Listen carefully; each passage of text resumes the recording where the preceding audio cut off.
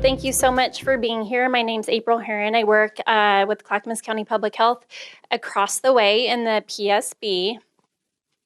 I coordinate the opioid prevention and response grant for the county, as well as our 3-year strategic plan to respond to opioids, which is no small task. So our community, just like almost every community across the country, has been hit pretty hard by opioids. We've seen a lot of the devastating effects. And so today I just want to provide kind of a larger overview of the scope of the problem to increase your understanding on how we got to be in the place that we are today. So in 2017, we hit an all-time high for drug overdose deaths. So that number was 72,000 deaths and includes deaths from opioids. That was a 30% increase over the previous year, which is this slide. You'll see at the top there, 64,000 drug overdose deaths in 2016. The thing to note about that is that about three-fourths of those drug overdose deaths in both of those years were caused by opioids. So I like this slide. It's a little bit old, but I like to show it because it puts things in perspective. It shows drug overdose deaths in their peak year in 2016 to other causes of death in their peak year. So there are lots of factors that have contributed to the opioid crisis. We've heard of a lot of people blaming the pharmaceutical industry, blaming doctors for overprescribing, blaming international drug cartels or chemical companies. But those supply narratives really miss the more fundamental biologic and social factors that have contributed to the opioid crisis. So some of these things here are things that I want us to all keep in mind. Opioids are very abundant when you think about prescribing, just the legal opioids that are out there. There's been a lot of prescriptions that have gone out over the last few years and are still being written today. Many of us have those prescriptions probably that have expired or are unused sitting in our medicine cabinets at home. And those are prescriptions that are just sitting there waiting for the wrong person to visit your home and steal them from your medicine cabinet. My family experienced that several years ago. It sounds like something that probably isn't very likely to happen, but I hear those stories all the time. Illicit opioids are very cheap and readily accessible out on the street. And then over the last few years, we've really seen counterfeit pills make their way into our drug supply. And with the counterfeit pills, people don't actually know what they're purchasing. So they may think that they're purchasing one thing, but it's really something else and that could cause an overdose. As humans, we're really susceptible. Opioids are extremely addictive. And how many of you have heard of fentanyl? Okay, I'm going to talk a little bit more about it in a couple of slides, but what we know about fentanyl is that it doesn't take much at all to cause an overdose. A tiny, tiny amount can be fatal to somebody. The other thing to note is that as people are coming out of jail, their dependence to opioids has really decreased, and so they're in a really vulnerable state to experience an overdose. Opioid use disorder is a chronic relapsing disease, and recovery is very, very difficult. And then add to those things poverty, inequality, hopelessness, genetics, adverse child experiences, and other traumatic events that underlie opioid use disorder. And that really helps us better understand how we came to be in the midst of an opioid crisis. Okay, so the opioid crisis has really emerged in 3 waves. So I kind of wanted to walk you along this little timeline here. The prescription opioid was the first wave that started in about 1991. That's the purple line that you can see there. And this really involved deaths from prescriptions that were being written by doctors to treat pain. So that's when we first began to see a sharp increase in those deaths. The second wave was from heroin deaths, and that's the blue line. And that started in about 2010. And that's where we saw a rapid increase in deaths from heroin as we started to make efforts to improve prescribing. And those prescriptions became harder to come by and patients couldn't get them. They then turned to heroin, which is cheap and readily available and easy to find out on the street. So that's that second wave. And then the third wave, which is the green line, is a wave that we're still currently in. That started in about 2013. And that was related to deaths from synthetic opioids, including fentanyl. So that's a really, really sharp increase that you can see there. I wanted to note that drug overdose deaths have been so steep that in the last 3 years, we've seen changes to our country's life expectancy. About 4 to 5 months shorter is what we're now seeing in life expectancy. And drug overdoses are the leading cause of death for adults under the age of 55. And I actually have heard recently about a fourth wave that we're starting to see, and that is attributed to deaths from methamphetamines. So a little bit more about fentanyl here. Most of you raised your hands. There's been a lot of media news coverage on fentanyl because of that spike that you saw. And we are currently in that third wave. So I just wanted to say a few words about fentanyl. It's an extremely potent opioid. It's 25 to 50 times more potent and deadly than a prescription opioid or heroin. And it's what we're seeing is that it's being laced into our illicit drug supply. So what people are purchasing on the street isn't what they think they might be purchasing, because fentanyl may be laced into anything from marijuana to prescription pain pills to anti-anxiety medication to meth or cocaine. They're seeing fentanyl laced into all of those things. And so when people take something expecting and thinking it's one thing and it's another, if it is fentanyl that's being laced in, that's what is causing us to see that sharp increase in those overdose fatalities. It is a cheap filler. You might be wondering why we're seeing this laced in. It's very cheap to produce. So people who are manufacturing the pills don't pay a lot to make it, but they see a huge profit when they sell it on the street. And we're seeing fentanyl primarily coming into our country from China and Mexico. So here's sort of a visual that explains how the chemical building blocks of fentanyl come together to create this highly profitable street drug. So the top left here is, you see the key ingredient is something called NPP. That's really shortened from this great long chemical name. People can buy 25 grams of that from China for about $87. They then mix that with about $720 of other chemicals, and that produces fentanyl.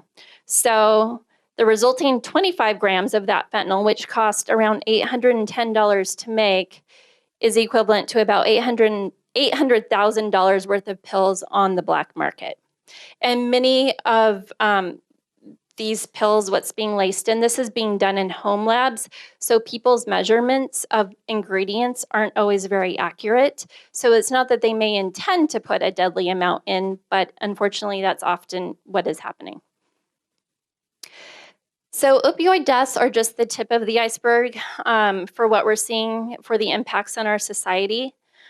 This slide is also a little bit older, but I do like it because it's very visual. It shows us that for every one prescription opioid overdose death in 2010, we saw 15 people who were admitted to a treatment facility, 26 emergency department visits due to an overdose, 115 people who were abusing or dependent on an opioid, and 733 non-medical users of a prescription opioid. And at that time, it was costing our country over $4.3 million in healthcare-related costs.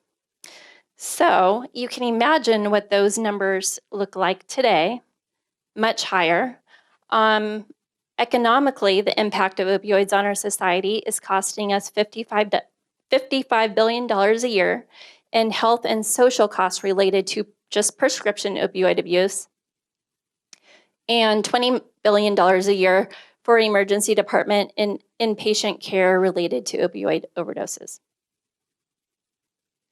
So now I want to just switch gears and talk a little bit about the local impacts that we're seeing.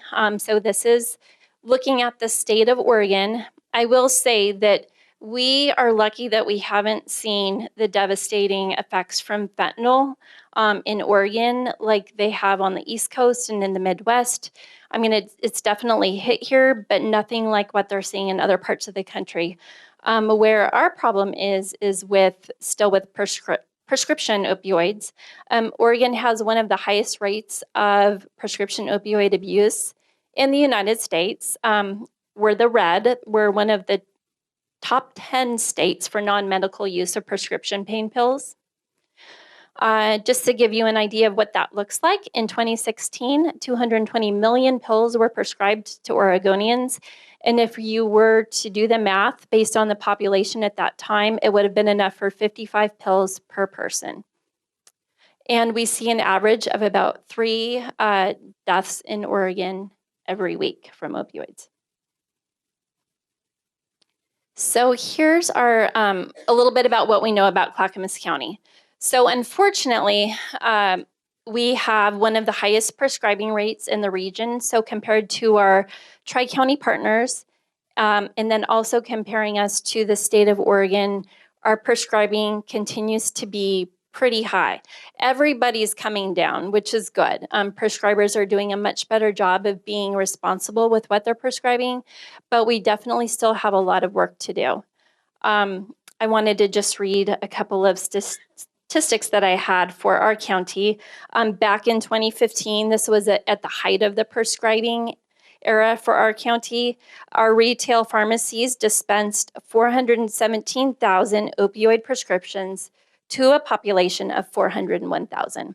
So if you do that math, that comes out to be more opioid prescriptions than people that were living in Clackamas County at that time. So we're doing a much better job now. And despite recent reductions in the prescribing, we are, as a county, particularly in public health and our primary care clinics, we're doing a lot of education around safer prescribing. We're lucky enough that our medical director is very, very passionate about this topic. And our health centers were not in a good place a couple years ago. He's made a lot of efforts to improve that prescribing there and is helping other providers in our county with the tools that he's learned to do the same thing. This is opioid overdose deaths by drug type for our county in 2017 and 2018. And as I mentioned, we haven't seen the high numbers in overdose deaths from synthetic opioids like fentanyl. But this 22% that we saw in 27 and 18 had definitely gone up from previous years. But our problem really does continue to be the prescription opioids, followed closely by heroin. And in public health, one of the things we do is to look at the data that's available to us to help us make really informed decisions about what needs our attention and what's happening in our county. Two of the measures that we're looking at on a weekly basis are emergency department and urgent care visits from people presenting from an opioid overdose. So that's the top line, the blue line there. And this is by week. So this is starting from the end of 2018 through the end of 2019. And then the bottom line is EMS responses to opioid overdoses based on 911 calls. So this helps us, one, track trends over time so that we can kind of see what's happening. Has anything changed? And if so, what do we need to do about that? The second thing is that if we were to see a spike like at week 32 here, where you see both the ED visits and the 911 responses went up, that tells us that we need to start asking what's happening. And if there were to be a bad batch of something out on the street, we can notify not only our first responder partners, but other county systems and the community, do some education about what could be happening. I just wanted to end with highlighting some of the actions that we're taking in public health along with our partners to respond to this problem in our county. We have a 3-year plan. We're coming up at the end of that 3-year plan, and then we'll be modifying that. But we really have 5 overarching goals that are driving our work. Through prevention efforts, we're working to decrease harms and death from opioids. This includes things like reducing prescribing, getting naloxone into the hands of people who need it. We're looking at the data we have. We're looking at that across what we call health equity zones. Those are sort of bite-sized pieces of the county by zip code that allow us to see what's happening in those specific communities, because there might be something happening in one community that isn't happening in another. So we look at that, and then we think about what evidence-based strategies we might use to apply to those areas of the county and what partners might make sense to work with in those areas. We're linking people to treatment and recovery along a wide range of access points. We're getting referrals from our law enforcement partners, from folks they're coming into contact with on the street who want treatment, they want peer support. We're getting referrals from our health centers and our jail, from our health centers, behavioral health, and one of the more recent ones is, actually it's not recent, it's what started our project, is folks who have survived an overdose. As I'm looking at Amy Jo, that's what kind of led us to this project, what we call Project Hope. But the point is that the way in which people are coming to us to be connected to those services is growing. There's definitely a lot more cross-collaboration happening in the county. We're doing education not only with medical providers in our county, but also with our community around safer prescribing and ways of managing chronic pain that don't involve opioids. So we consider those alternative pain treatments, things like acupuncture, yoga, moving, eating better, sleeping better.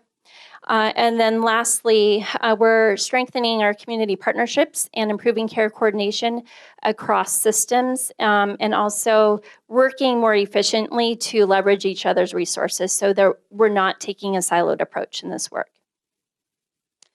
And this is the slide I want to land on here. What can you do?